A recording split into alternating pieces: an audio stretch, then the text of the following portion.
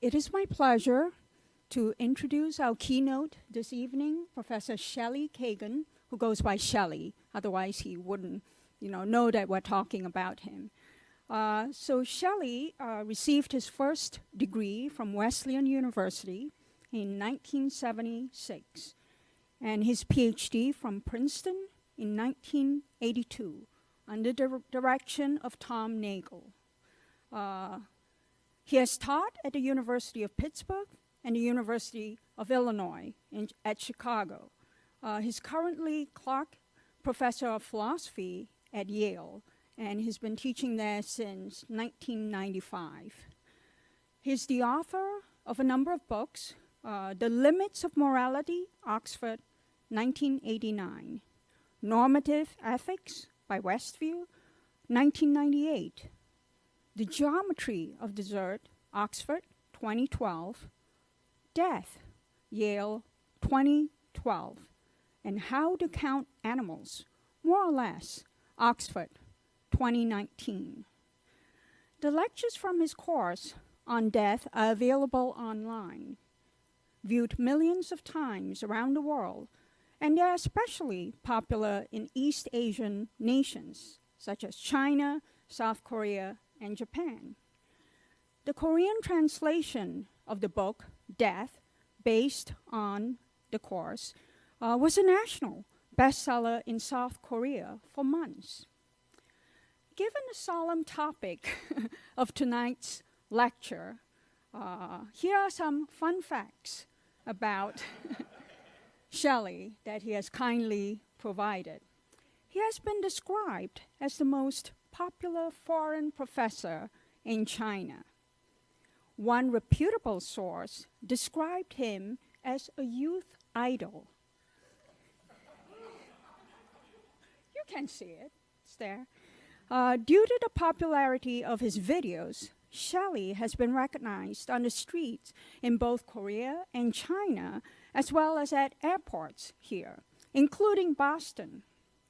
So Peter Singer once wrote, in an otherwise favorable review of The Limits of Morality, that, quote, Shelly Kagan, apparently the scholarship is not one of Kagan's strong points. In a television show featuring Shelly talking about, what else, death, in Korea, there were 3,000 people in the studio audience, and 12,000 had requested tickets. The TV show had built a wooden desk-sized box for him to sit on, as is known for sitting on a desk while he lectures, as we'll witness tonight. The Geometry of Desert took Shelly 20 years to write, from conception to publication. The book has some 200 or so diagrams, making a way too long book even longer. Shelly's lectures on death have inspired a few thousand emails from forest rangers, painters, housewives, high school students, and firemen. In fact, there was a fire station in Florida where they apparently listened to the tapes on slow nights. One patient recovering from brain surgery said that he used the lectures to flex his mental muscles. Some of these emails thanked him, whilst others argued with him. Jennifer Beals, you remember the movie Flashdance in 1983? Said in a Time magazine interview that she enjoyed watching the death videos. The Yale Daily News, an undergraduate newspaper, once described him as being one of Yale's most colorful professors. And Shelly's wife happily translated for him as meaning dresses poorly and needs a haircut. All right, so tonight's lecture, keynote from Professor Kagan is death, regret, and what is it? Deprivation. Oh, deprivation. Okay. Very good. Yes. I'm glad that he remembers it. All right. So it's death, deprivation, and rational regret. And let us welcome Shelly Kagan.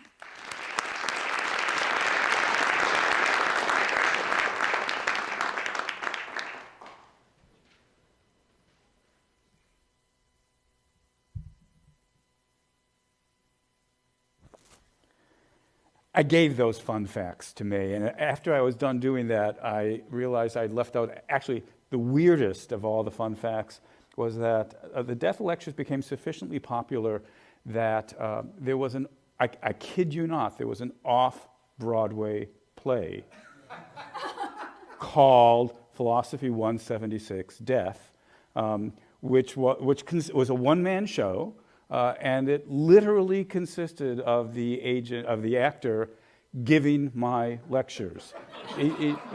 Each night he would get up and he would give a different one of my lectures, and that was, I mean, there was a set and so forth and so on. And I went to this play, and I gotta say, this was absolutely the weirdest experience, I'd ever had, because, there I was, there somebody was, being me, giving my words, and I would listen to them, and the main thought I had, other than how weird this was I really put that well, didn't I? All right, so it is after dinner, and I suppose I should do something humorous, but other than that, I got nothing humorous to do with you. I'm going to talk about something coming out of the death issue that has intrigued me for a number of years now, and maybe someday I'll get a satisfactory resolution of it and write it up, but haven't yet ever done that. Got to start with the deprivation account. So the deprivation account of death, of the badness of death, basically holds that the central way, or one of the central ways in which death is bad for the person who dies, consists in the fact that you're not getting the good things that you would get if you were alive, right? If I got hit by a truck tomorrow, then the various pleasures I would have, seeing my kids come home for Thanksgiving and the publication of my next book or whatever it might be, those good things don't come your way, so you're deprived of them, and that's why death is bad. Now, there are various classical puzzles about that. Some of you know about Lucretius, some of you know Epicurus' worries about this. I'm not going to get into any of those unless somehow they end up being relevant. One of the advantages, in addition to having a plausible story about why death is bad, is that it allows us to say intelligible things like, oh, we can see why it's worse to die at 25, a whole lot, or that's tragic, if somebody dies at 25, whereas if they die at 90, that's not tragic. After all, whatever that was, 65 more years of life that they were deprived of. The deprivation is significantly greater. So the deprivation account's got a lot going for it. Okay. So, but there are problems with it. And I want to mention one or two related problems. So one is, although at first glance it looks like it gives us plausible answers, at second glance it gives us some implausible answers. So for example, it gives us wrong views about how bad, it seems to give us wrong views about how bad death is. I said a moment ago that it's obviously a lot worse to die at 25 than it is to die at 90. But on the other hand, you could live forever, right? And so if you live forever, or even if you could have lived for 1 million years, the difference between having died at 25 versus having died at 90, instead of being this huge difference, is a trivial, decimal point difference. And so the deprivation account seems to give the wrong answer on the size of the badness of death. As it happens, I don't think immortality would be a good thing. But as I say, I certainly think I could amuse myself for 10,000 years against any significant lifespan that we could imagine ourselves having. The deprivation account looks like it's going to give the wrong answer. Also gives, so that's the size problem. It also seems to give some false positives. If the basic idea is that death is bad because of the good things that aren't coming your way, and that's why it's a misfortune that you didn't get these good things, then consider some good things that didn't come my way today, didn't come your way today. Bill Gates did not write you a check for $1 million. Right? That would have been a really good thing to have happen today, and it didn't happen. And so it looks as though the deprivation account has to say, well, look, you were deprived of this potential good that could have come your way. That's a real misfortune, except it seems very irrational to be upset about that. An example of making the very same point from Kai Draper, as I recall, was, you didn't find Aladdin's lamp today, but that would have been a really great thing to have found, right? And so you were deprived of that potential good. So we've got two problems. We've got, I call it the existence problem, cases where it doesn't seem like certain deprivations are bad at all. And we've got the size problem, measuring how much of a misfortune it is to have been deprived seems to come out wrong as well. Now, we might think that if we could solve, in fact, I do think if we could solve the size problem, that might take care of the existence problem. Because if we could figure out why certain things were small, then maybe the false positives are just vanishingly small, and it's okay to think of them as very, very minor misfortunes or something like that. So the real issue is going to be the size problem. But anyway, got these two related problems.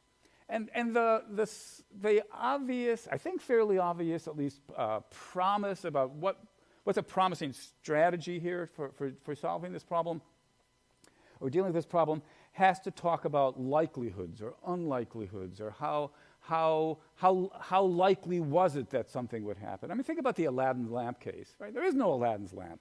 And so the possible world, to use the familiar philosopher's jargon, the possible world in which I get Aladdin's lamp is so remote that seems like why I shouldn't be so upset about it not having come my way. It's not literally inevitable, but virtually inevitable that it wasn't going to happen. And the same thing with Bill Gates, right? Bill Gates isn't in the habit of just writing checks to random, for $1 million to random strangers. And so the world in which, I would have gotten such a check, is so remote, it doesn't make sense to be upset about. That's the basic thought. And of course, if we push the thought a bit further, it's not likely that it's going to be a on-off matter. It's probably going to be some sort of function of degree, and that's a point I'll get to in just a minute or two.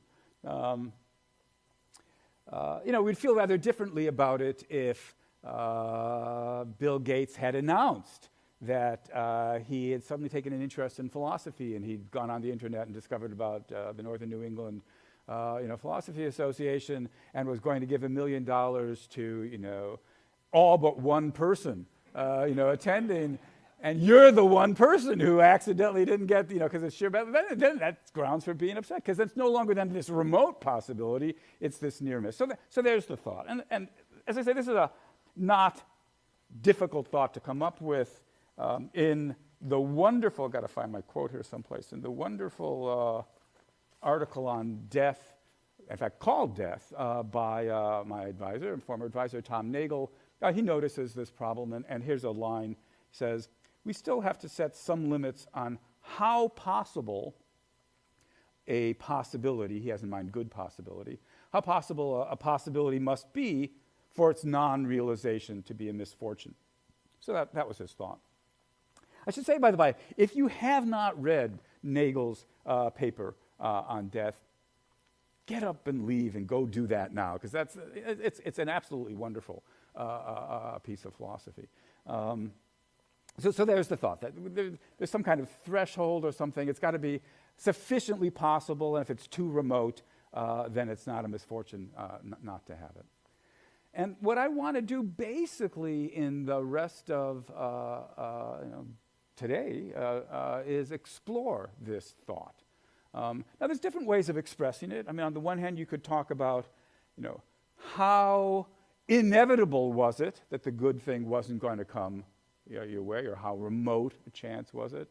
And so you might say the more inevitable it was, kind of the farther away the possible world, the less likely, then other things being equal, the less of a misfortune it is, the less it makes sense, rationally speaking, to regret or be upset or dismayed or what have you. That's why in the title I've got the word about rational regret. I'm not making any particular claims about the psychology of, is our regret proportioned in this way? Though it might be, but it seems reasonable to think that it ought to be.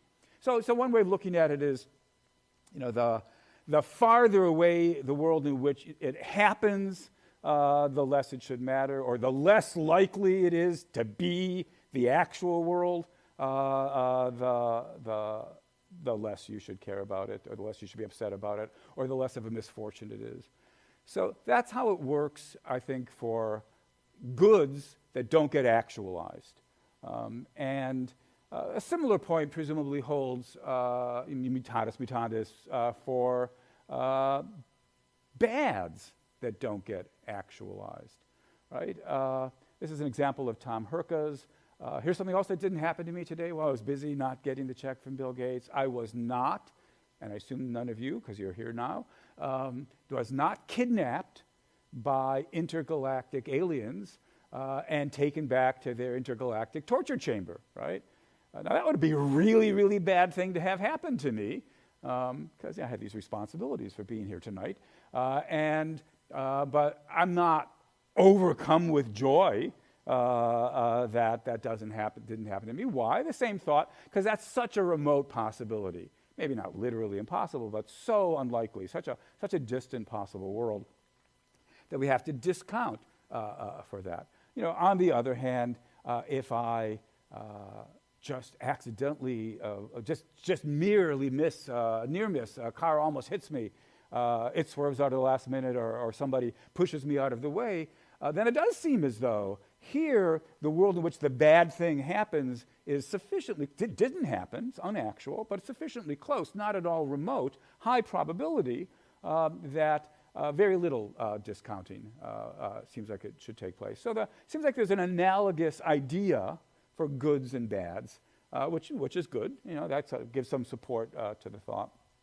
And as I say, what I want to do is explore some possibilities for going beyond just that broad idea, and then mention as well, some other questions that need to be worked out and some difficulties with it. All right, so in Piper's talk this morning talked about, she didn't like utilitarianism because it mathematized ethics. So cover your ears, cover your eyes. I'm about to mathematize ethics, but I'm going to do it with diagrams. I like graphs. So here's, I take it, the basic thought. So let the x-axis be something like the likelihood that thing would happen. Go back, to a bad thing.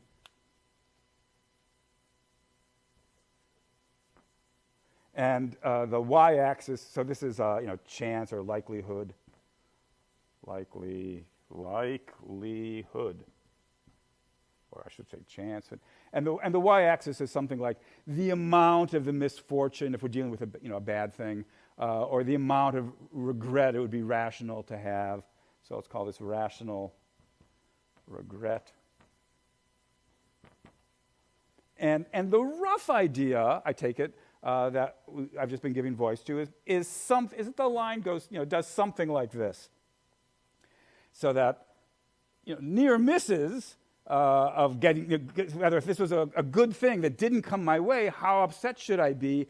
Pretty upset if it was very, very likely but didn't happen, like in the Bill Gates second version of the story where everybody here gets $1 million but I don't.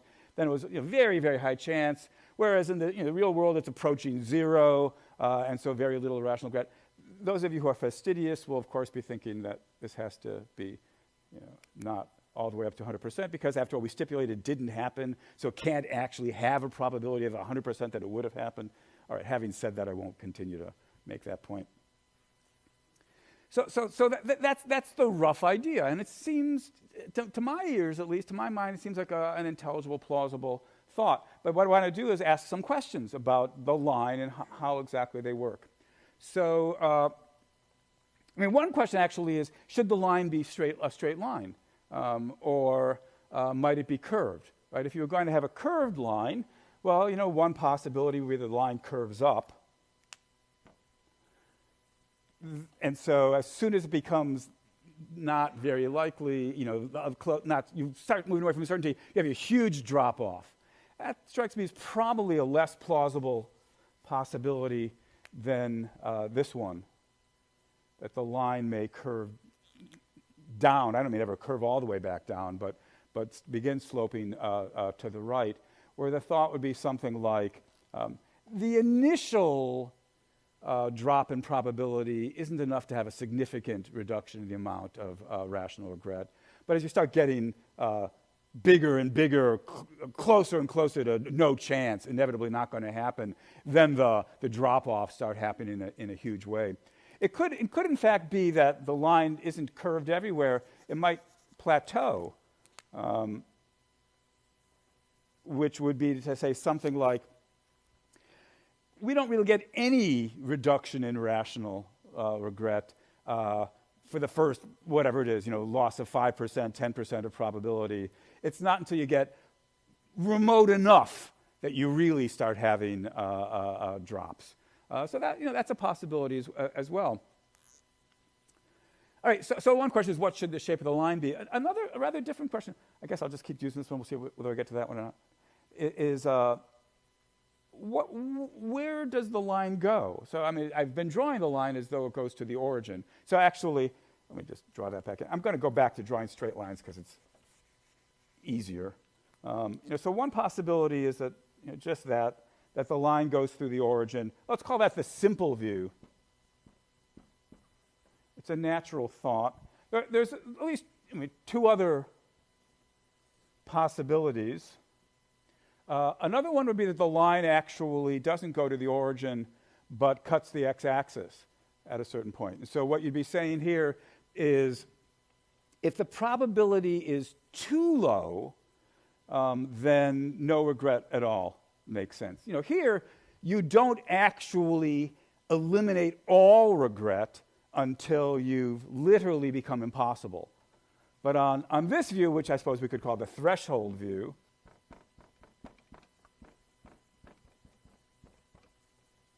there's a threshold amount of possibility or probability that has to be attained before any rational regret makes sense, at all. And another possibility, of course, is not that it cuts the x-axis, but that it cuts the y-axis. And that view says, even if it was inevitable that the good thing wasn't going to come my way, it still makes sense to have some minimal amount of regret. It's not eliminated altogether, because here it got eliminated well before you became impossible or inevitable, you weren't going to get it. Here, it does go to zero regret once it becomes impossible, but I think, no, if the thing's bad, rather if it would have been a good thing to get and I didn't get it, even if I couldn't have gotten it, there's some regret there. And so there's a kind of residual amount of regret left over, and so we could call this the residue view. The threshold view may be the view that Nagel's got in mind. I read you the first half of this quote. Let me read it again. We still have to set some limits on how possible a possibility must be for its non-realization to be a misfortune. I pointed out that the same thought works for bads that didn't come your way. And Nagel makes that same point immediately after. He continues parenthetically. But let me read the whole sentence so you'll have the context again. We still have to set some limits on how possible a possibility must be for its non-realization to be a misfortune, parentheses, or good fortune should the possibility be a bad one. But the crucial point is how possible it has to be. That's the language that you would expect from a threshold theorist, right? If it's not possible enough, then its non-occurrence can't be a misfortune at all. So, all right, for whatever it's worth, Nagel seems to have expressed himself in the language of a threshold theorist, though I'm not sure whether it was fully self-conscious. It's not like the passage says, oh, here's why you should be a threshold theorist as opposed to a simple theorist or a residue theorist. Once you draw the graph, you see, oh yeah, well, there's three possibilities as to where the line's going to go. And I think there's something to be said for all of them. It's not obvious what the right view is. So let's take each of them in turn and ask, well, so that was just a kind of generic line I've drawn. Let's try having different lines, because this is roughly speaking what the graph looks like for some specified good or size good or kind of good that I didn't get. But there'll be bigger goods or smaller goods that didn't come my way. And so I suppose if you've got this simple view, you'll end up with a picture that looks sort of like this. If I manage to keep them all at the same point, this might be a good of a certain size. That's a smaller good. This is a bigger good. This represents the thought that for any given degree of likelihood or remoteness, the bigger the good is, the more regret it makes sense to have that I didn't get it. I mean, I didn't get $1 million, and I also didn't get, $10. And it makes, to whatever extent it makes any sense to be upset about that, it makes sense to be more upset that I didn't get $1 million. Or, of course, especially if we do the Gates thing where he gave $1 million to all of you, and now tell the story where he gave, a dime to each of you and didn't give me a dime. Well, there the likelihood was still pretty high, but the amount of regret it makes sense to have has got to be way lower, right? And so this is a pretty plausible picture. Again, all within the simple view or the simple approach. It's not the only approach that you might have here. This could, of course, all be drawn with curves, right? It's easy to see how that would go. I'll draw another diagram in a second. I suppose if we do have this, we've got the interesting question. I suppose the natural thought would be that there's space up, how much regret you should have here, so basically where these lines hit the 100% mark should be proportional to the size of the good. So that if some other good was twice as good, then you should regret it twice as much. But maybe that's not right. I mean, that's a substantive question, and as it were, the theory of rational regret. Should the amount of regret be proportional to the size of the good that didn't come your way? Although I didn't say this, I hope it's obvious that analogous graphs and three possibilities would also be true if I were talking about bads that didn't come my way. How, instead of rational regret, there'd be rational.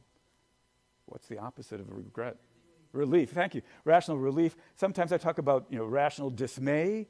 And then what is the opposite of that? Rational may? I'm not really, so good. Relief's a better word, thank you. So one thought here is that these things should be proportional, though I suppose one could ask whether that's really so or not. And as I said, these could certainly be drawn curved. I think of this as what I call, slightly misleadingly, the everywhere differentiated view. Because it's not strictly speaking true, they all coincide at the origin, but every place else the lines all are distinct, right? That for any given level of remoteness or chance or likelihood, you'll have a different amount of rational regret depending on the size of the good. There's another possibility which I also find pretty interesting, which looks more like this. If I can manage to draw it properly, something more like this. So here the thought is that, and of course there'd be more and more for bigger and bigger goods, but this would be G plus, this would be capital G, this is lowercase g. The idea is that for low enough levels, there'll be a shared amount of regret for different sized goods. They begin, but then as you get closer and closer to near miss status, they max out, right?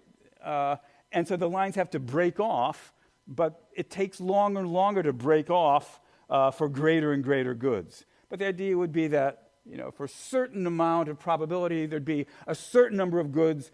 If they're unlikely enough, you should no longer differentiate. They're all similarly small.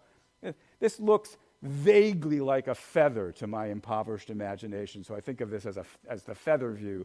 as opposed to the everywhere differentiated view. Okay, so that's the possibilities. There are other questions as well, but I mean, back with the one which I've now erased with the different lines, if you're going to have proportionality, that would affect how the slopes need to be. And so there's interesting questions about how the slopes should vary as well. That's the simple view. Now, suppose instead that we accept the threshold view. What should we say then? Now, strictly speaking, one possibility is I just realized, this is being video recorded, right? But is this, nobody's moving the camera as I dance around the room? Is it capturing me? Or is it, seeing an empty desk right now? I don't really have any notion. All right, so one possibility for the threshold view is, logically speaking, you could have, just like here's got all the lines passing through the origin, you could have all the lines passing through a certain threshold amount. Yeah, so again, this could be G, this could be G plus, that could be G plus plus, this could be lowercase g. This is, although it's a logical possibility, it's very implausible, right? This is basically saying that regardless of what size good it is, the minimum amount of probability that you need to have any kind of regret at all is fixed. That does not seem right. It seems that, to me, if there's going to be a threshold theorist, then you should say something like, the larger the good that didn't come your way, the lower the probability needs to be before it vanishes, regret no longer makes any sense at all, or put it the other way around. For small potatoes that didn't come your way, it's got to be a pretty close world before it makes sense to be upset, at all. So what we should really expect is something, I suppose, more like this, with different thresholds corresponding to different goods. And then again, if that's right, then, well, actually, here's a question. So these, get rid of this because this is begging the question, but I mean, what's the right order? I'm going to erase the threshold so you can put the word threshold so you can see the issue. Should the thing be like this? G, capital G, large G. I think that's the wrong ordering, because this would be saying that for large goods, they didn't come your way, it doesn't make sense to be upset, unless they're very close things. But for the dime that I didn't get, some kind of regret still makes sense, even though it's almost inevitable that Bill Gates wasn't going to give me a dime either. That gets it, reversed. Right. Intuitively, it makes sense to, as the possibility of the good thing coming your way becomes more and more remote, hanging on to some regret seems to make sense for longer points, the larger the good. So the ordering shouldn't be this one, but this one. G plus, then G, then little g. So intuitively, the larger the good, the closer it could be to impossible, inevitable that you weren't going to get it, and still have it make sense that you're upset to some degree that it didn't come your way.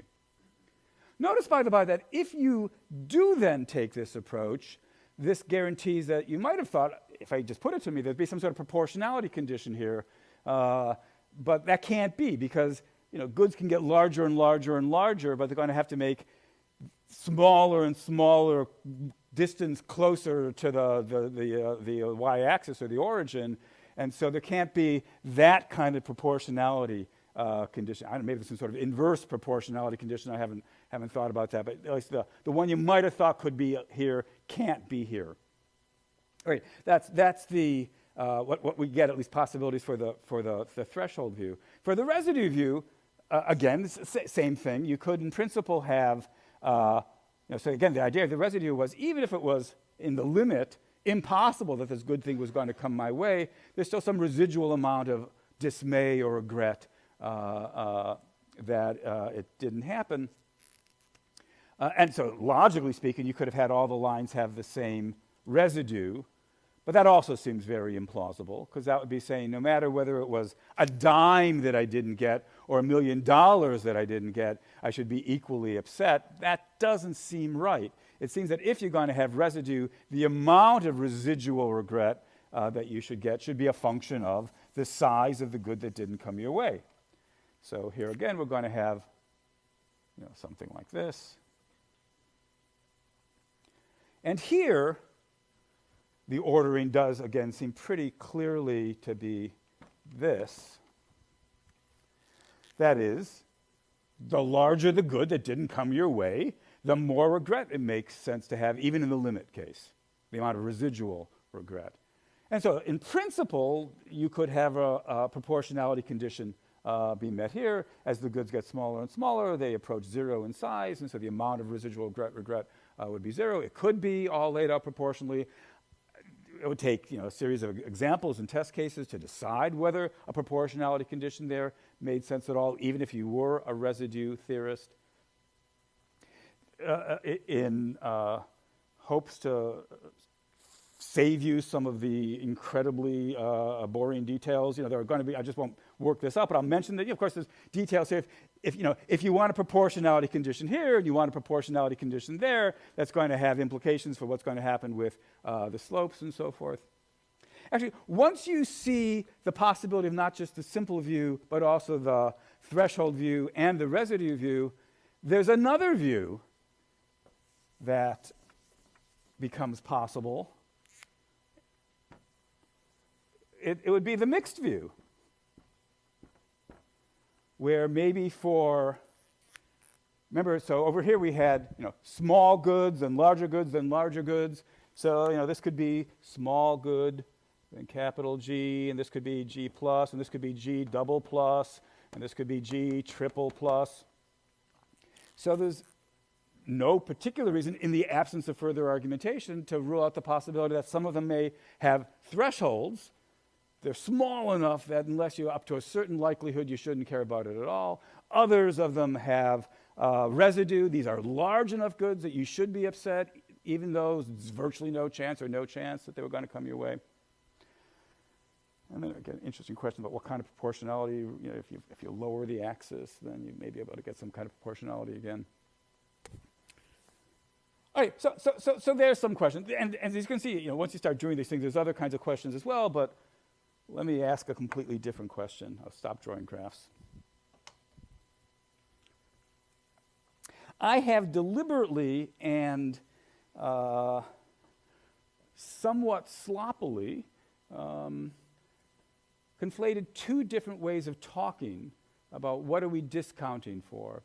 I've talked about the remoteness of the world in which the thing comes your way, or the likelihood that it would have come your way, or the chance of it coming your way. So one of these locutions has something to do with possibilities of rather probabilities, and one of these locutions has something to do, one of these sets of locutions has something to do with something like how unlike our world this is. The world in which Bill Gates gives Aladdin's lamp exists has to be very different from our world. The world in which Bill Gates gives money to me is less impossible than, less remote, fewer changes to the laws of nature or something like that than the one with Aladdin's lamp. It's still pretty unlikely. So we've got some basic thought that there's some kind of metric that can be varied, but are we discounting for probability and likelihood, or are we discounting for remoteness? And I don't think it's obvious, it's at least not obvious to me, what the right answer to that is. In many cases, these will coincide. They'll give at least they'll be roughly correlated with each other. They'll give roughly the same answers. But there are cases where they come apart. At least we might at least try to dream up cases where they come apart to test, if we could keep one of these variables constant while toggling or varying the other one, and see whether the amount of regret changes. That would be a way of, or we feel like an ought to change. That would be a way of deciding which of these works. So let me tell you two cases. And again, this is something I don't. So I gave you a bunch of views. So which of these views is the right view in terms of these graphs? I don't know. I mean, I find there's something to be said for all of them. Having discovered the mixed view, I kind of like that because I feel like it's my child or something. But I hadn't seen that one coming. It's like an unexpected child. I don't know. But Similarly, I'm not of any single mind about the likelihood versus remoteness thing. So here's some cases. So imagine that there's a lottery, and the winner's going to get $1 million, and you lose. All right, so some kind of regret seems appropriate there. Now imagine that we vary the number of tickets. So what were the chances of your winning? As we increase the number of tickets, the likelihood that you would have won goes down, but the remoteness of the world in which you win intuitively doesn't become more remote. It's just, there was the ping pong ball being taken out of the whatever, the world in which the number with Europe came up versus some other one, it seems equally remote, the number of tickets. If that's right, I'm not sure if it is right, but if that's the right way to describe the case, then as we increase the number of tickets, we're keeping remoteness constant, but likelihood is decreasing. I have the intuition, and I guess you'd have to ask yourself, do you have the same intuition? I think I've got the intuition about that case that as the number of tickets go up, the amount of regret I should have goes down, should go down. If there were only 2 tickets and I lost, wow, should I be pissed, right? Or, dismayed. But if there were 1 million tickets and I didn't win, well, that's just, 10 million, 100 million tickets. That's people lose lottery tickets all the day, all the time. They don't think, oh, I can't believe I can get. Right. So if that's the intuition that you've got, then that's some evidence. It's only a case, but it's some evidence for the thought that what we really want to be tracking here is probabilities or chances or likelihoods, and not the remoteness of the possible worlds. All right, so that's one case. Now, it would also be nice to have a case that tests the other direction, right? So keeping the probabilities the same, but the remoteness different. So here's an example that Tom Herka discusses issues in this neighborhood in his discussion of his book, Virtue, Vice, and Value, where his rough thought is, virtue is a matter of loving good things, vice is a matter of loving bad things, but there's also questions about good, how pleased should you be that the good thing, how pleased should you be that the bad thing didn't happen. So he's interested in some issues in the same neighborhood. And so, as I recall, he gives an example where he says, imagine the lottery, whatever it was, 1 in 100 tickets. Keep something even smaller, 1 in 10 tickets, 1 in 50 tickets. You didn't win. Okay, you should be pretty upset. But now time goes by. It's 5 years later, 10 years later, 50 years later. You're looking back. His intuition, and I guess my intuition as well, is that the amount of regret you should feel as time goes by should go down. Now, there are different hypotheses we might have about why that's so, even if we agree that it is so. But at least one possible explanation is, well, look, the likelihood that you would have won does not change over time, but the remoteness of the worlds that you'd be in increases over time. Because initially it was just like this little, all the ping pong ball, everything would have been exactly the same except the ping pong ball would have come up slightly different. Very closely similar possible worlds. But as time progresses, the worlds diverge more and more and more. The life you're having from the life you would have had you won the $1 million, gets bigger and bigger. So conceivably, the right description of this case is that's one where probability stays constant, but remoteness increases. And if you then think that it makes sense to regret less and less and less with the passage of time, a conceivable moral to draw from that is that it's remoteness that's the relevant dimension, not likelihood. Now, I say I'm not remotely confident about either of those intuitions being the right explanations of the relevant cases, or are the test cases really properly constructed? But at least if they are, and if you share the intuitions, then of course what we now have is a piece of evidence on behalf of each dimension, as opposed to here's 2 different cases, and happily they both point in the same direction. They point in the direction of different hypotheses. I don't know what to make of that.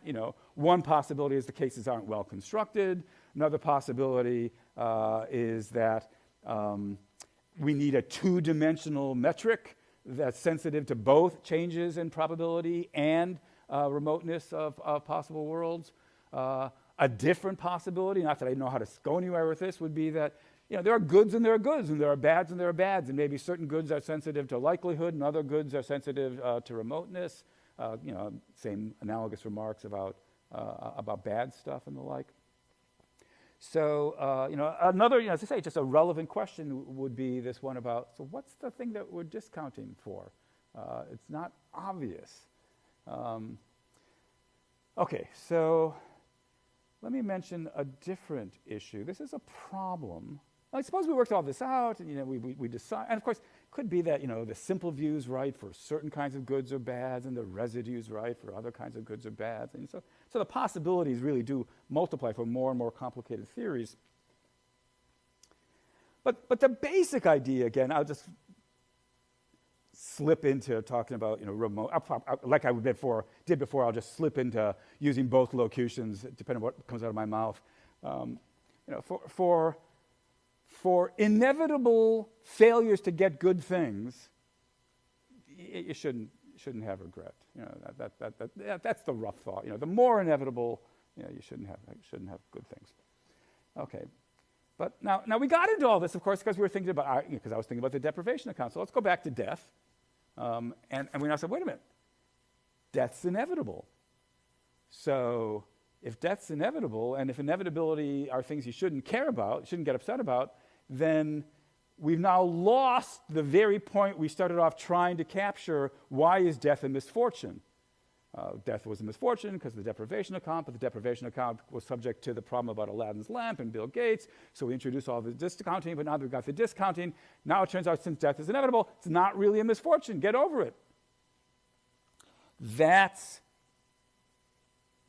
not very satisfactory result. So that's objection number one to this, the whole approach. Here's a different objection. The cases I've been talking about are ones where, here I am in the actual world, and I'm looking at something good that didn't happen, some alternate possible world.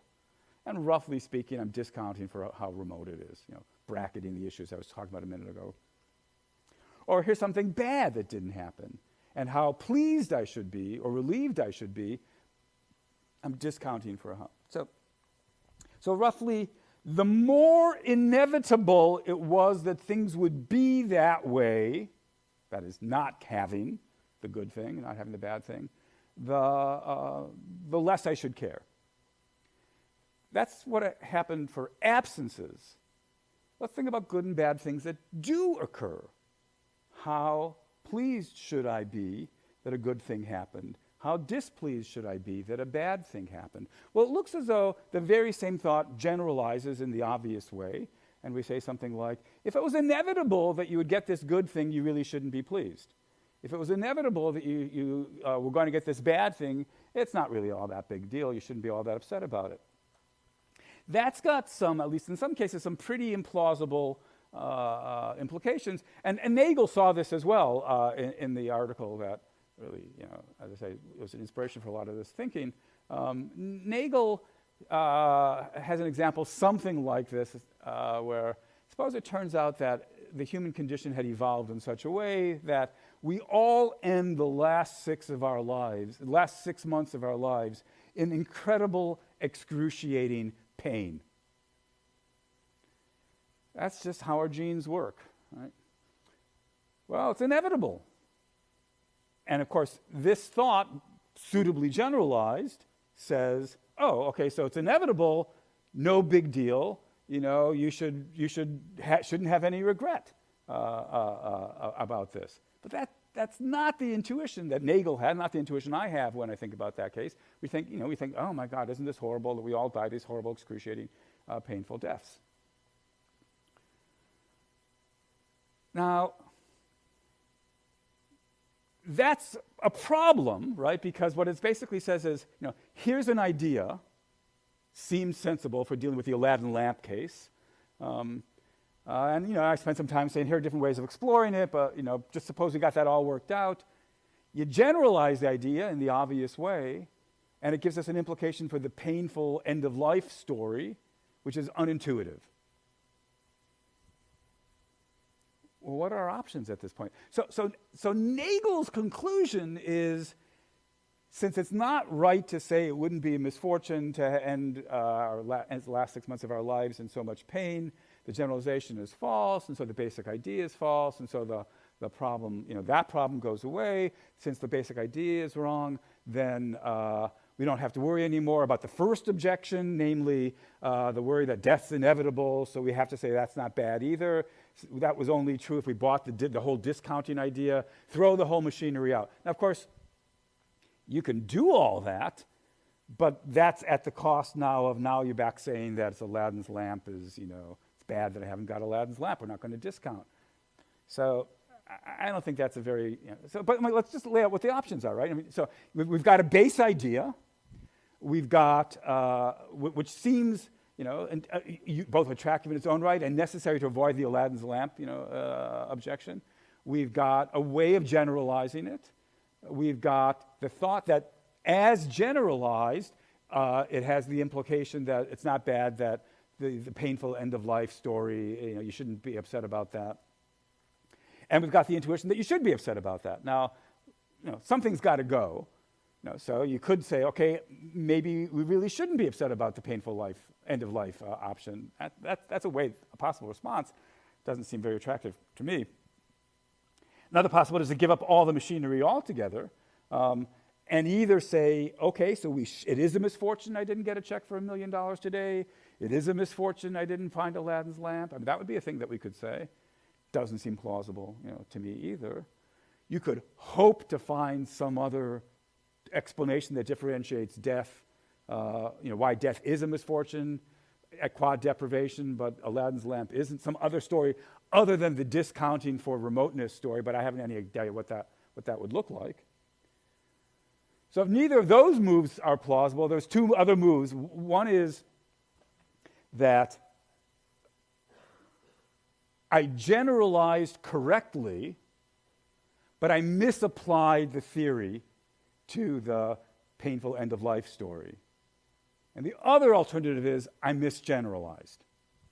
Now, I actually think there's something to be said for the I misapplied the story, because suppose you were a residue theorist, then what you're saying is even for inevitabilities, there's some residual, emotional, appropriate, rational regret. And so even if it was genetically built into us that it was inevitable that we were all going to die these horrible, painful deaths over 6 months, and that's the proper generalization, still, if you're a residue theorist, you could say, all right, some regret still makes sense. And of course, the worse the thing is that's inevitable, the more the regret. And so it might be that it's by virtue of either slipping into thinking of it in terms of the simple theory or the threshold theory that we ended up thinking no regret makes any sense for horrible, present, actual bad things. So it might be that we should just keep all the machinery, but just having noticed that there's more possibilities for how these lines actually go, the problem's less bad than we might think. And I think that's actually something to be said for that. But another possibility is that we misgeneralized. And so let me try to quickly say something about that. So take again the basic idea. The basic idea is here I am in the actual world where I don't have the $1 million and so forth. And I'm going to say I want to discount based on some kind of distance between, this world, and that world where I have the $1 million. What's the right description of what I'm measuring? Is it, here's the thought in terms of the way we did generalize, the way I did generalize. It's look at the distance between the world where you don't have it and the world where you do have it, right? And if that's the right thing that we're measuring, then the right generalization of that's for absence worlds. I look at the absent world, I look at the presence world, I see how far apart they are, absence versus presence, and that's the distance that's relevant for the discount. And then the same thought would be, okay, so if we're in the presence world, I've got the painful disease. I look and see how remote is the world where I didn't have the painful disease. If it's part of human evolution, that's going to be a very remote world altogether. And so it's presence versus absence. We started with absence versus presence. The generalization is absence versus presence. Doesn't matter whether this world's the presence world or this world's the absence world. The relevant thing is absence versus presence. But maybe that's not the right initial thought or the right description of the initial thought, so maybe it's not the right generalization. Here I am in the actual world, in the absence of Aladdin's lamp. There's the world with Aladdin's lamp. Instead of thinking that the relevant distance is Aladdin's lamp to the absence world, maybe the relevant distance is Aladdin's lamp to the actual world. Okay, now that's, of course, just two ways of measuring the very same distance in absence cases. But now switch over to a presence case. I've got the painful disease. How far is it from the painful disease world, the presence world, to the actual world? I'm no longer going to the absence world from the painful disease world.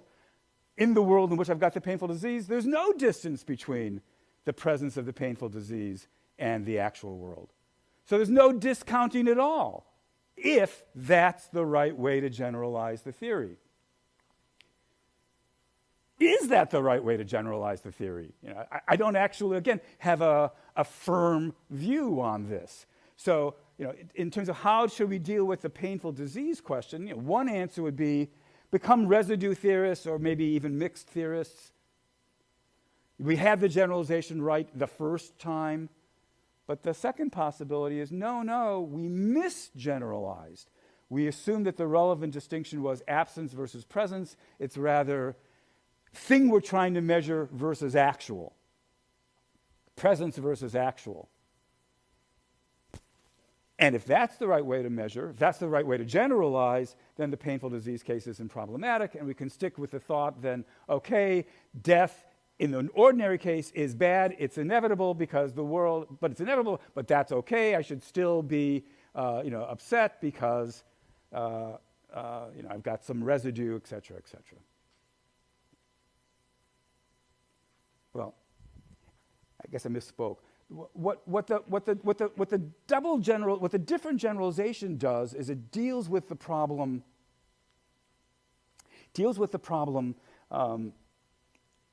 What about the painful end-of-life case? Okay, I think we've got two possible answers to that.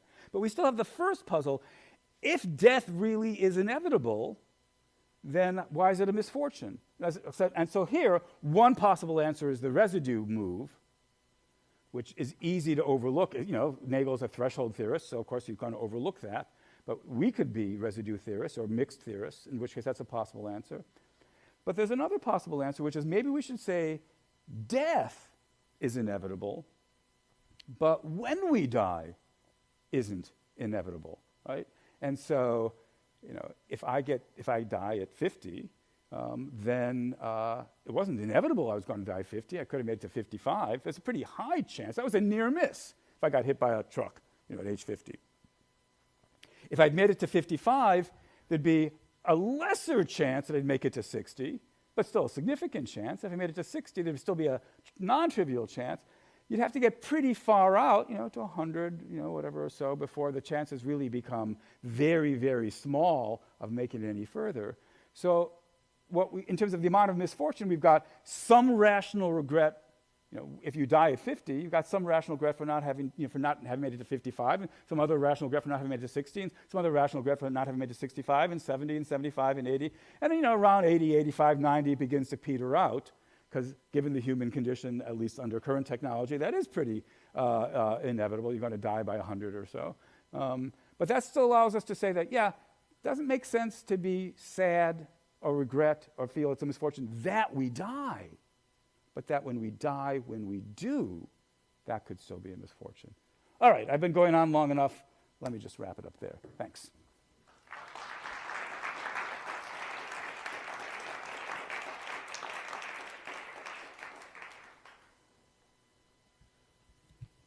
right. So, question? Yeah, absolutely. Do you want to? Yeah, you. I need to run the mic. Yeah, please do.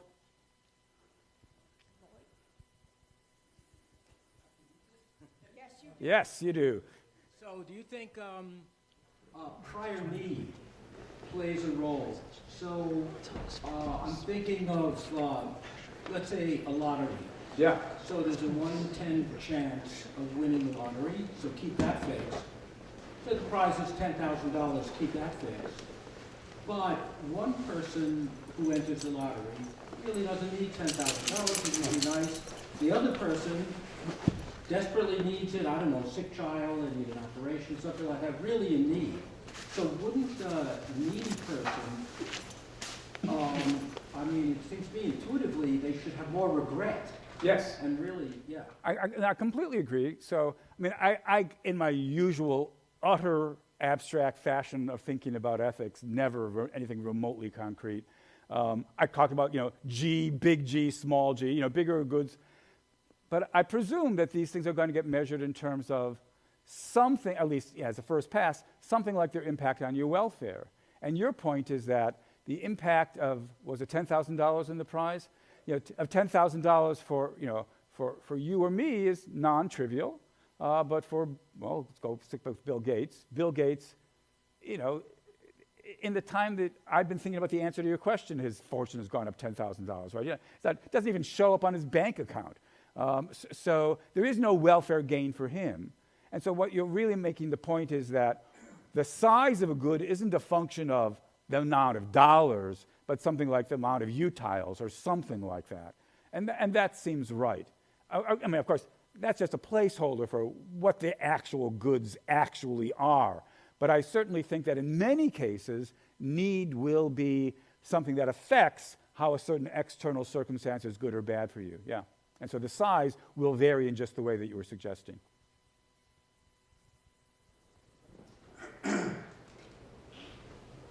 You're talking a lot about how we should feel when there's a certain, what we call a certain misfortune. And I think it seems like you're trying to say what is rational. Yeah. Well, there's a tradition that is being revived and becoming more and more popular, Stoicism. And the Stoic thinks that what you would describe as a misfortune, they're going to describe it in a couple different ways, but if it's a really bad misfortune, Zeus really thinks highly of you. Just like in a war, Epictetus says that the best soldiers are called forth for the toughest battles. And although it's definitely counterintuitive to think that way, we can look at many cases in people's biographies where most of us would say it was the worst thing that would ever happen to me. Say I get, as it said today, I get zeroed out, divorced, loss of job, children taken away, the whole thing. But there are people who have had such experiences, they say, it's actually the best thing that has ever happened to me. Mike Bloomberg is one example. So he was in his early 40s and he got fired from a highly lucrative job and then went on to build an immense fortune. So the Stoic view would be, actually, it's not rational to think it was a bad thing to happen. And as you know, they think most people are insane. So they think, no, actually the rational thing would be to say, oh, this is great. This is a great opportunity for me to do something fantastic. So there's a sense in which your question really is just a variant on the first question. Namely, what are the actual goods that we're responding to? And the Stoic view, which I know almost nothing about, but as I understand it, the Stoic view is that there's really only one thing that's genuinely good, and that's virtue. Right? Now, if we think that, then one possibility is all this notion of multiple lines goes out the window, right? Because multiple lines is what you get when you've got multiple goods. But there's only one good, you only have one line. It could still be the case, if the Stoics did graphs, that we could, and that, and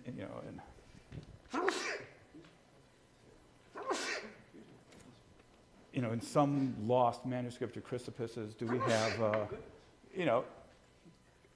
was it a near miss? I'm no sage, right?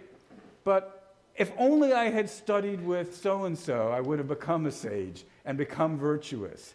That's a near miss. That would be a rational thing to regret. I take it from the Stoic point of view. On the other hand, if the only sage in all of human history was Socrates, then I would have had to have studied with, I would have had been alive, whatever it is, 2,500 years ago.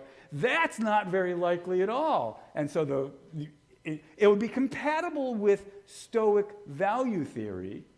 I guess what I'm saying is, even if one accepted Stoic value theory, we still have to ask the question, does the amount of rational regret vary with, if I had these wonderful opportunities that war or whatever it is gave me to show my indifference to the indifference, and I blew it, maybe I should be more upset at the failure to gain the virtue that I could have gained, or the failure to display, or whatever it would have been. So at least it would be in one way simpler, but on the other hand, you'd still, in principle, I think, have to face the question: do we want to have discounting for remoteness, or not?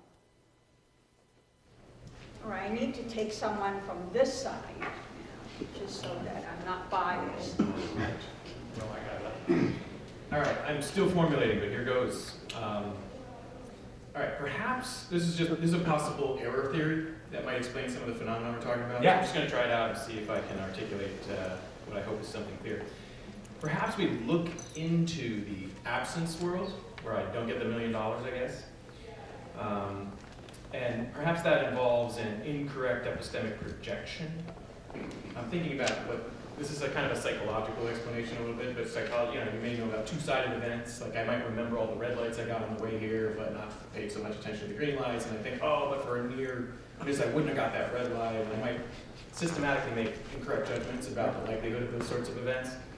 It might it be that we mistake the distance of these other worlds, like for instance the presence world, where I get the $1 million, because of a wrongly projected likelihood, which makes the proximity of that world seem closer than it is. So the regret is proportioned in a way that's based on an erroneous judgment. Yeah. Is that? Yeah. No, I think that's a great thought. So I think that just as there's a familiar distinction, right, between subjective obligations and objective obligations. I say it's familiar. I don't mean that it's obvious how exactly it works. I think there's a lot of obscurity there. But at least as a first approximation, it's what do we take our duties to be versus what are our duties actually, or maybe what our duties would be if we knew all the facts, or something like that, right? So there's some kind of distinction between our objective duty and subjective duty. I think we'd probably want to have a similar parallel distinction in all of this machinery. There's, as I take it, some fact of the matter about how remote the world was or how unlikely it was. But then there's also my or your perception based on whatever metaphysical or empirical beliefs you might have, psychologically driven by whatever it might be. And so I think we'd want to talk about subjectively rational regret. If the world were the way, I don't mean how much regret you actually have, but rather, given your beliefs, how much, if that was the way the world were, how much regret would it make sense for you to have? That would be your subjectively rational regret. And then there's the way the world actually is, and so that would give us a measure of objectively rational regret. And of course, if you got the facts right, these will coincide, but if you don't, they'll come apart. You may not realize that from the inside. You'll typically take it, et cetera, et cetera, et cetera. So import all those speeches you know how to give about subjective versus objective duty, and now make parallel responses. But I think we're going to need to throw all that in as well.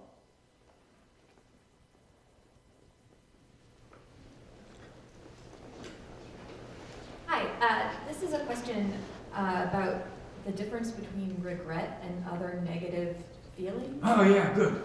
So my intuition about the death case and the painful end of life case is that it makes no sense to have regret in those cases, but it does make sense to maybe feel like sad or scared or something like that, like other negative feelings.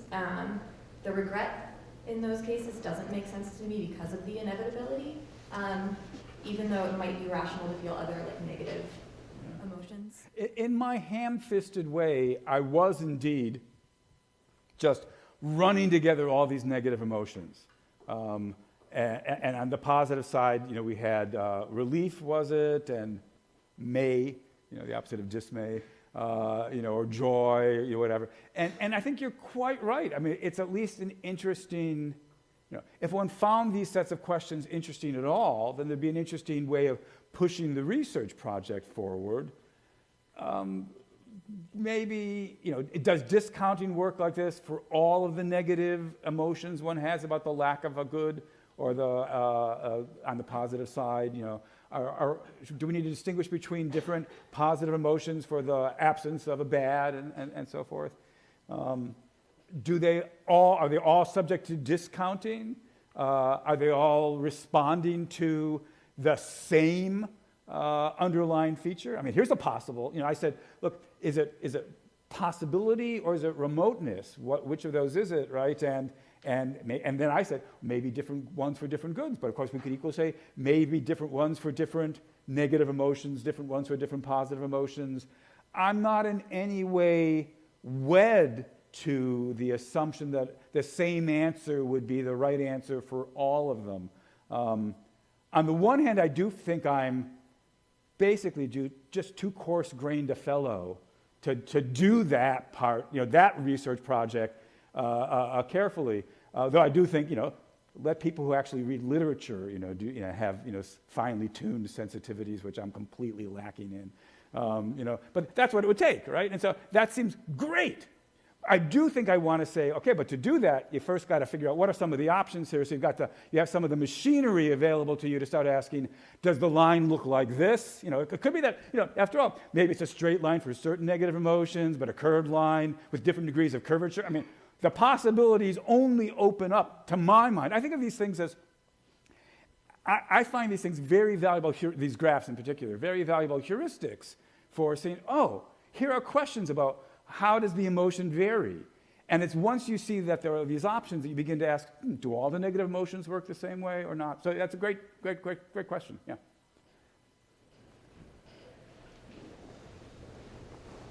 Thanks. I think this is just another way of asking, another dimension of the kind of chances or remoteness that we're asking about, but I wondered if you've thought about. So, in Nagel's kind of case of people dying with lots of pain the last 6 months of their lives, the kind of setup of the case that it was part of the human condition and so inevitable in that sense for us all. But we can think about cases where someone's death is inevitable because they have some rare genetic disease or something. They're going to die at 40, and then they get hit by a truck at 35. And so we can. I was wondering about that kind of case where it's inevitable for you in a specific way, but not part of the human condition. If you thought about those cases. Yeah, it does seem like another relevant test case for trying these things out. So you compare somebody who, Joe, who has this horrible genetic disease that will inevitably kill you at 50. And Sally, who does not have any such disease and has the genes that could keep her up to 90, but then gets hit by a car at 50, crossing the street. So if you combine that with the thought that genes render, it inevitable, a common enough thought, but I suppose one could wonder about it, then that's a nice test case. If you feel that the one has more to regret, the thought might be, look, it's sad in both cases. We can even say, especially if you've got residue or mixed, you can say even in Joe's case, there's some grounds for being sad. But I think I would understand the thought and maybe even share the thought, oh, for Sally, it's worse. It's more misfortune, right? It wasn't in the cards that she was going to die, right? Unless you believe in, reason, logos, like this morning, logos working itself out, right? If you don't believe in the necessity of that kind of stuff, of fatalism, then if you've got the intuition, it's more of a misfortune for the healthy person to die.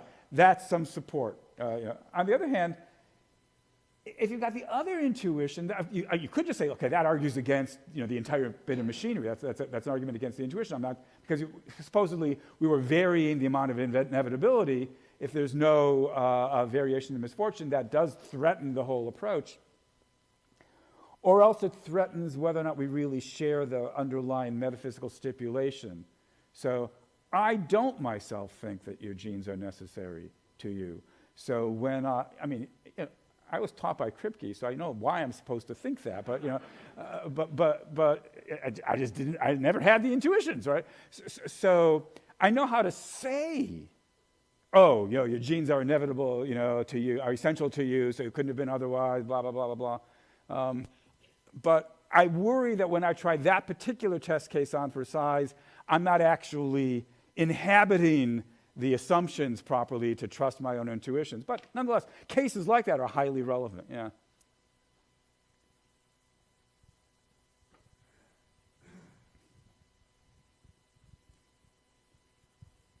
I have a question, because you applied Could you this... stand up so I can just see your face? Yeah, thank you. You applied this to death, but I was wondering if you... can you hear me if I talk like this? No, I gotta have mic and face. Okay. Well, you applied this to death and having we had mentioned having a very, pretty much you're suffering for 6 months before your death. But what if you applied this to birth? Like having a child who was born with severe mental deficiencies but had the genes to live, forever. To say, is there a regret there, or I want to hear your thoughts. Yeah, I certainly would think so. So I'm not sure I've got exactly the kind of case you have in mind, but I mean, this sort of thing, tragically, of course, does actually happen. Perfectly healthy fetus, close to term, gets caught up in the umbilical cord around its neck and strangles and dies. So that's just a near miss of making it to birth, alive. And so here's this good thing that almost made it to your way in terms of the misfortune for me, the parent. It was a very near miss, and so either a very small amount of discounting would take place, or maybe none. Remember I said early on that maybe these lines should, to be really crude about a plateau, and so if the death occurred very late in the 9 months, you might think, oh, almost made it, maybe there should be no discounting. If you thought that would be some evidence for a plateau view. Or it could, of course, be, it might not be literally a plateau, it might be that it was asymptotically approaching, and so it might be almost indistinguishable until you start getting some significant drop-off in probability. And I think that meshes, at least at a crude level, with our intuitions about how much of a misfortune we think it is when a pregnancy gets lost at different levels. I mean, I forget what it is, but does anybody remember these statistics?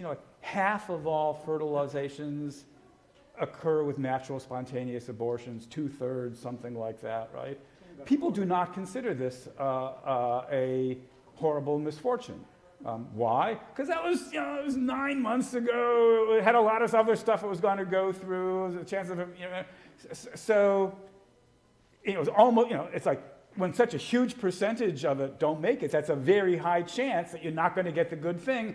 And so there's going to be a lot of discounting. But when you made it all the way through pregnancy and you're down to the last few weeks and the fetus dies of some sheer accident, then we expect there to be a lot of misfortune. So those kinds of cases actually strike me as they're kind of the data that support having this kind of a view. So they're not problematic, they're instances of it, they're illustration of the view at work. I was thinking about Stoicism as well. Aren't we all? And if you're a true Stoic, and these circumstances are truly external, totally out of your control, then it would be a complete flat line, right? I mean, it would just be, there would be no rational regret whatsoever if it was totally external. I don't think that's right. I mean, maybe I need to hear more, but remember, the fact that it's out of your control means, again, the Stoic thought is, I can't control whether I have, you don't want to say you can't control whether you have virtue, because you can control whether you have virtue. But it's whether I die is out of my control, but that's irrelevant because life, that's not it. All that matters is, I just want to say what I said to David before. To the extent that I understand the Stoic view, the question is, what's good? And the answer is there's one good thing. Furthermore, we don't have the disunity of the virtues. There's only, is this right as well? There's only really one virtue. And so there's only one good thing to have. Now, there's still going to be, I have it, I don't have it. How likely was it that I got it, I don't have it? I mean, maybe, I don't know what the Stoics should say about it. Is it my fault? Is it not my fault that I have virtue? But, we might complicate the view. Maybe this is where you're really going. I'm talking about likelihood or remoteness. But there's another dimension. How much of my fault is it that the good or bad thing happened versus it being out of my control? If one was, I don't know, like Spinoza or something, everything's completely out of my control. It says there is no control.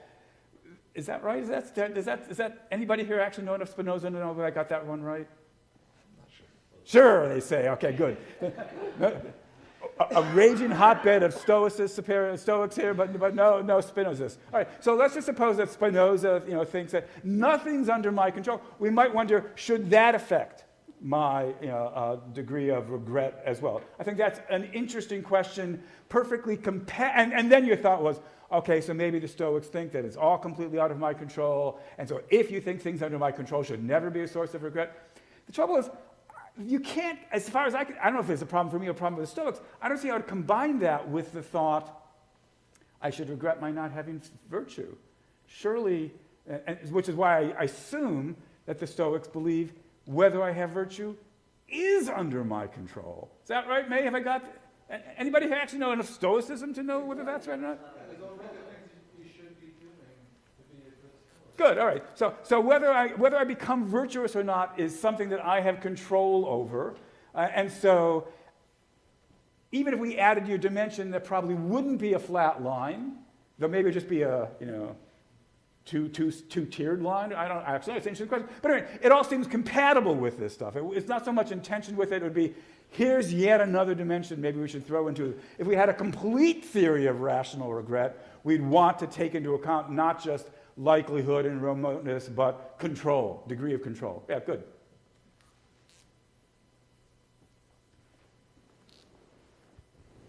So I've got, I've got a kind of a puzzle, I guess. I don't think I want to say problem with using remoteness rather than likelihood. Oh, okay, yeah. So I don't really know. I mean, if we're thinking, I don't really know how to measure distances between possible worlds, but if it has something to do with how different that world is, then so I've missed out on the money from Bill Gates. Like it's that moment where it becomes clear that I'm the one who's not going to get it. Now, so if it's different, so the world where I would have gotten $1 million is now more remote than the world where I would have gotten 10 cents.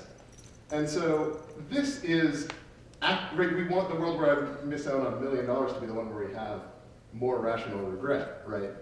But now it's more remote. And it's going to scale exactly with that size of the good. Yeah.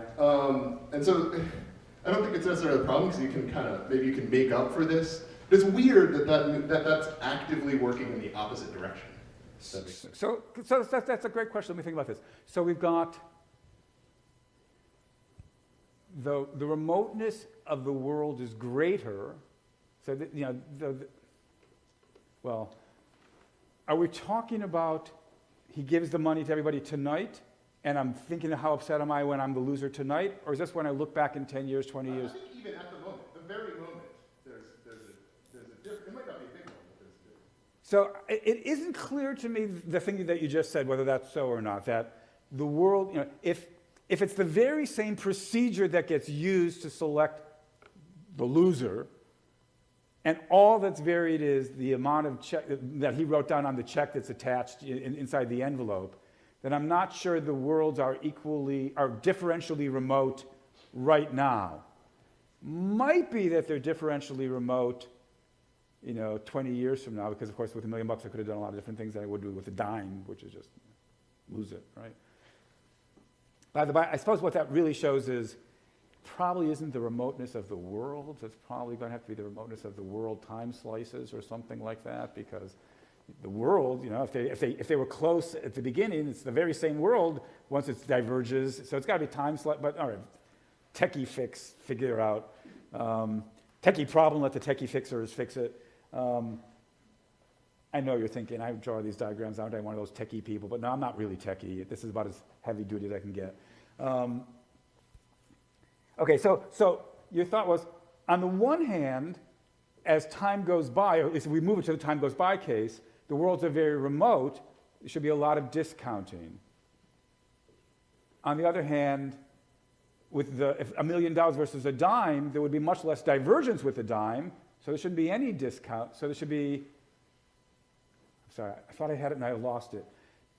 The dime versus, try it again. The dime versus $1 million. I was talking about in the moment, but I think if you're doing it temporally, Yeah. then the amount you regret missing out on the dime is just not going to change at all, right? It's going to be pretty flat as time goes by. Right. But the amount you regret missing out on $1 million is going to go down. Relatively quickly. But that doesn't seem wrong. Doesn't that seem right? As it No, were? I know, yeah, but my example was I think that there's, not in the same way, but there are, at the moment, differences. But if you disagree on that. Okay, all right, so good. So if we're doing the looking back 20 years later case, then what we're saying is, what I'm saying, I guess, is you'd regret it a lot in the moment. You'd regret it less and less and less over time. Of course, if it was $1 million, you're still going to have a lot of regret even 10 years later, right? But it'll be less regret. But if we're simply talking about in the moment case, then I guess my inclination is to think that no, they're equally far apart regardless of the size at the moment. Maybe that's wrong, at least that's my immediate reaction to cases.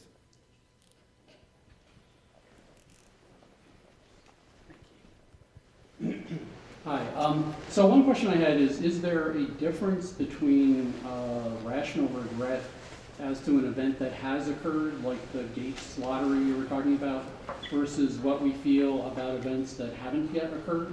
Yeah, good. Do you have some thoughts on that? Well, Yeah, I do. I in fact think that it's kind of a misnomer to call it regret with respect to a future event. Like, and I'm not sure when you're talking about death, am I thinking about how I feel about my death right now?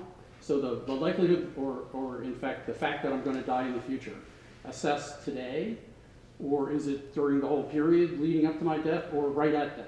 Good. All right. So I take it the thought's got to be good. So it's got to be regret. And if regret's not the right word for anticipatory, negative emotions, we'll substitute in some other emotion that's the right one. But it's got to be something, because we do think about in an anticipatory way. I think of my death as a looming misfortune for me. And so there's got to be not just backwards-looking stuff like this, but forward-looking stuff like this. That much seems right to me. Whether or not, this isn't quite the question you asked, but I suppose one could wonder then, does the difference in temporal direction make a difference to the graphs or any of these other features I've been pointing to? I suppose it could. That's a wonderful question to think about. I haven't actually ever wondered that. I mean, you try to come up with some case where I anticipate some good thing that could have come my way, not coming my way. I look back on an exactly equal-sized good thing that could have come my way, didn't come my way.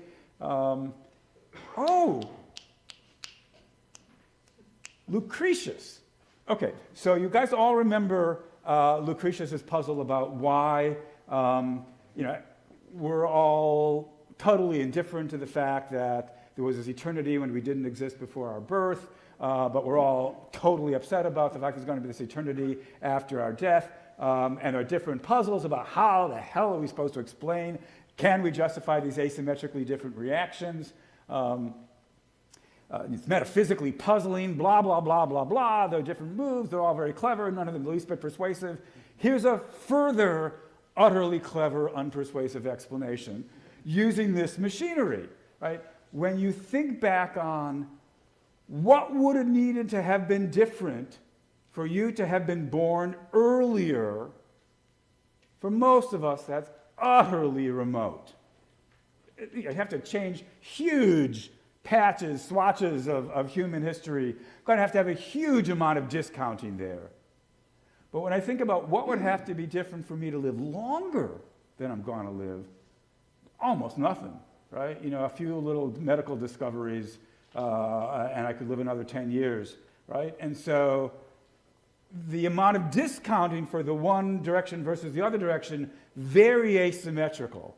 And so it's a possible explanation as to, I mean, it's not an endorsement of Lucretius, it's a possible answer to Lucretius, which doesn't actually strike me as ad hoc. Seems to me, oh yeah, maybe it's onto something. Yeah. So when I think about the rationality of regret, the rationality part, it's regret for what? Why is this emotion a good thing to have?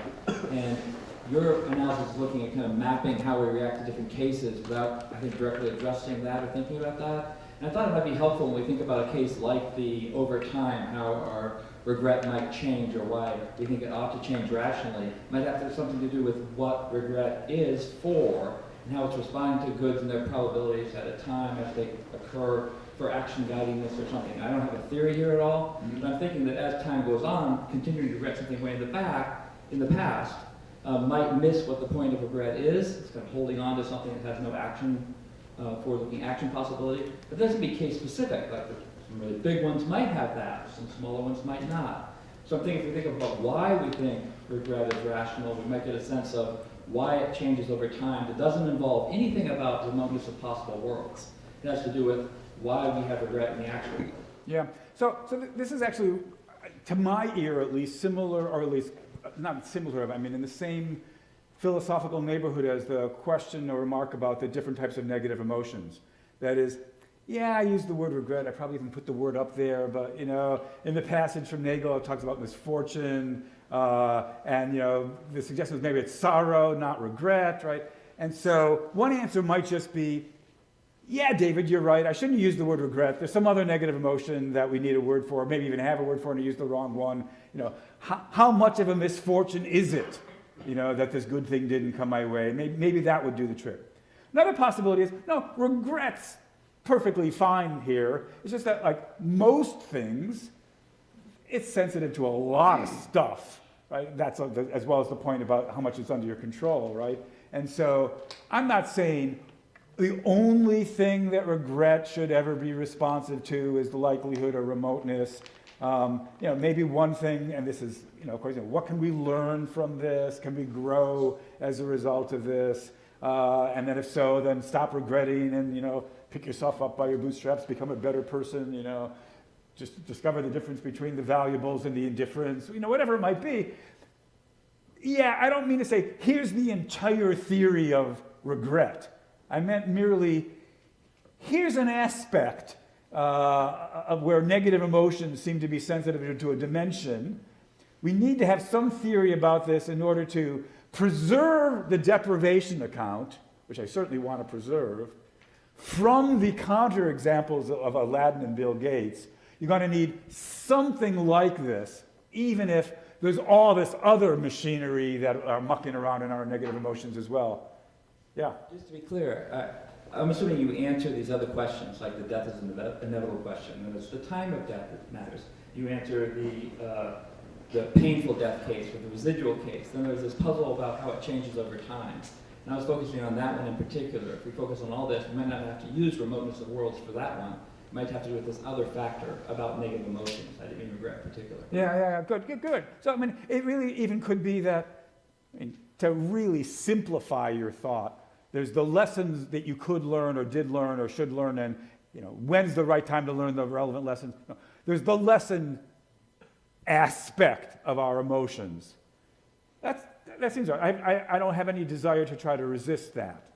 That's perfectly compatible with thinking there's also this dimension. And this is all I want to say. Here's a dimension that we need to think about in order to preserve some of what I want to say about death. And yeah. On time, I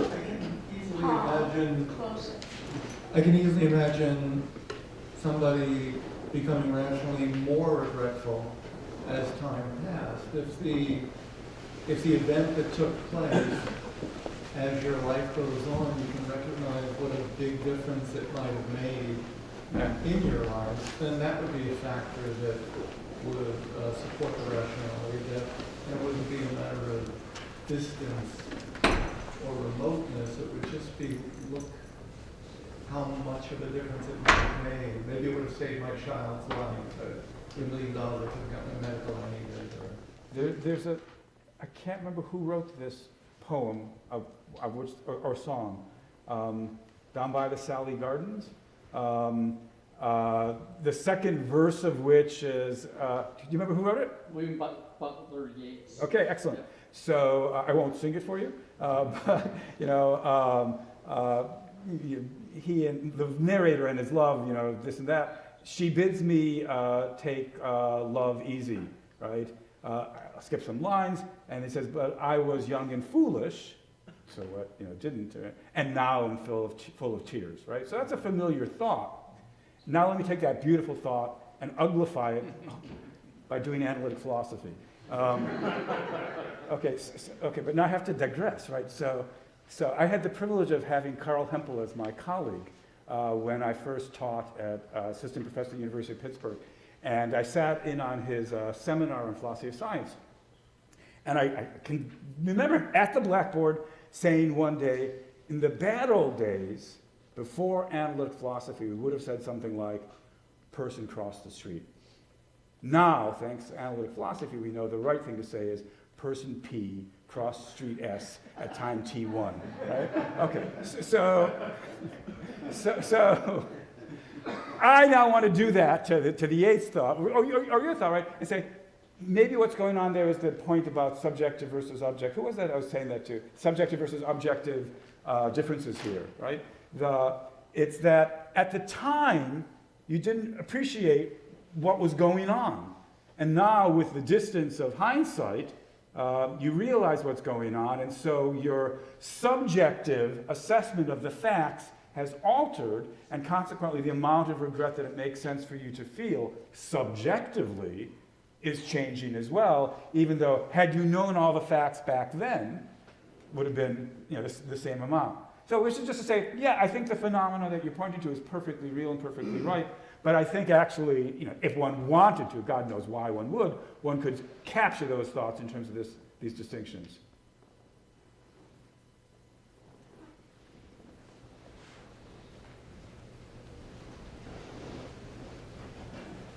I don't know how serious you were about calling what you were doing there heuristics, but it occurs to me that the longer I listened to what you were doing, the more I learned something that I hadn't really thought of before, which is I don't want to think about the possibility of death and regrets in such a vacuum.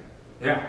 That the way I think about my impending death, which is closer probably than yours, is that it makes a lot of difference to the quality of my life that I integrate my thoughts about my impending death with more of the things that have already happened to me that change its meaning and make me less regretful. So I can use your heuristics to train my intuitions about what I should do with something like my fear or regret or of my impending death. I don't know if that's what you were intending, but it seems to me, the more I listened to you, the more I thought, it's really unhealthy to single out one thing about your life like that, and then fool around with it, you should pardon the expression, with diagrams. Yeah, so two thoughts, at least, in response. You know, one, I agree with what you're saying, and one, I disagree with what you're saying. Don't take away my graphs, you know, that's the part I disagree with. So as you know, I teach this class on death, right? I don't mean this class, I mean I teach a class on death to my students. And one of the topics that we talk about is, how much should you think about death? And I say to my students, well, it's kind of too late for you guys, right? You know, you just spend the whole semester, you know, thinking about it. But I do talk about the question, you know, there is this thought, right? That I mean, in the Jewish tradition, you know, you should live every day as, I'm sure all traditions have versions of that's going to be your last. I think that's a horrible sentiment, right? I don't buy that at all, right? You know, there's a place and a time for thinking about death. I mean, I say to my students, you know, you're on a hot date, right? You're busy making out with, you know, fill in your favorite gender here, you know, and now you start picturing their rotting corpse in the grave. Now, that is not the time to be thinking about death. But that doesn't mean there isn't a time for thinking about death. And, you know, well, this was one of them. This was one of the time. And at least you were warned. You know, the title was right. The word was right there in the title. So anyway, but that there's a place and time that seems right. And what I actually meant about the heuristics thing was just this. When you draw a graph like this, you know, my initial graph just had the single line going through the origin. If you are visually, you know, oriented like I am for this sort of stuff, I mean, it is the case. There are 200 plus graphs in my book on dessert. And, you know, I started asking myself, well, should the line be straight or should it not be straight? Should it be curved? If it's going to curve, what direction? And the thing is, these aren't merely mathematical possibilities. Each one corresponds to a different view about the significance of the discounting, which actually, you know, think about the birth and the death of the fetus cases, you know, correspond to actual moral data, right? And so this is an attempt to visually portray alternative views about the underlying facts about moral psychology or something like that. I certainly will be the first to acknowledge that not everybody finds this kind of methodology congenial. And I don't mean to suggest it's the only way to do philosophy, God no, right? But I guess I do want to say I find it helpful because I find myself wondering, oh, does the line go here or does the line cut here or does the line cut here? And by the by, if the line cuts here, then Nagel was wrong, you know, when he worried about a certain case. And that's a discovery that I would not have discovered the first 10 times I read the paper by Nagel. I didn't discover it until I forced myself to ask, where does the line go? And so there are alternative theories in moral psychology which in principle could be discoverable in purely linguistic methods for language, what have you, but you might not notice some of these alternatives until you draw them graphically. And that's certainly what happens in my case. So that's what I meant by calling them heuristics. Any more questions? I've worn you all down. No rational regrets if you don't ask any more questions.